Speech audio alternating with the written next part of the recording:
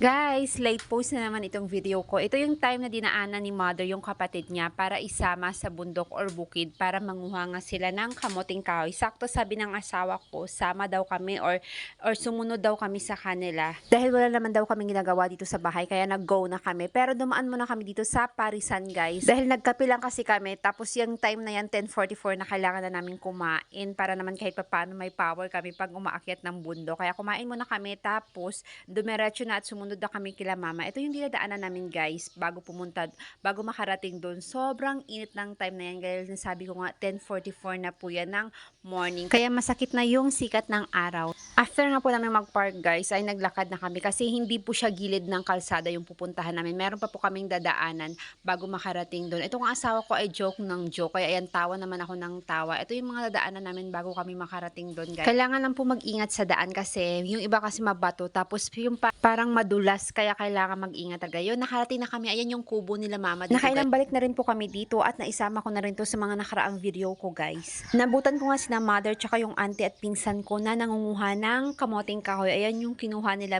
Binili nila yan, guys, kahit meron kaming tanim kasi yung tanim ni mama ay hindi pa yung na kailangang i-harvest. Pero hindi kami huminto dyan sa kanila kasi iba talaga yung pinunta namin dito. Ito yung star apple kasi nung time last year, ito yung time na pumunta kami dito at maraming bunga yung star apple na yan. Ito yung puno ng star apple na inakyat ko last year. Pero ngayon, yung asawa ko yung umakyat. Gusto daw niyang ipakita sa akin na hindi lang siya sa gabi madagaling umakyat, kundi pati na rin sa araw. Char lang.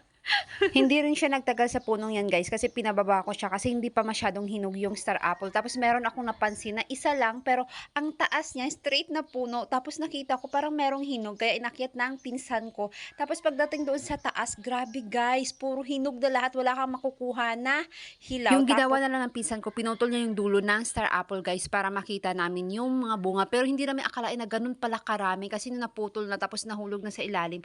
Ala, ang dami, nagulat kami, tapos nagkagulo kami kasi ang dami niya palang bunga na nakatago. Buti na lang talaga pinutol siya at nagkagulo nga kami dahil hindi namin akalain na ganyan karami yung bunga niya. Nag-enjoy talaga ako sa pag-harvest, tapos kanya-kanya pa kaming kuha, tapos bahala na, nagkuhaan na ng mga plastic, sako, kung saan yung pwedeng lagayan na pwede namin ilagay yung mga star apple. Sabi nga ng auntie ko, bakit daw isa lang yung plastic na dinala ko? Hindi ko naman alam kasi nawala siyang bit-bit, sako lang pala yung dala nila para nga doon sa kamuting kahoy na paglalagyan.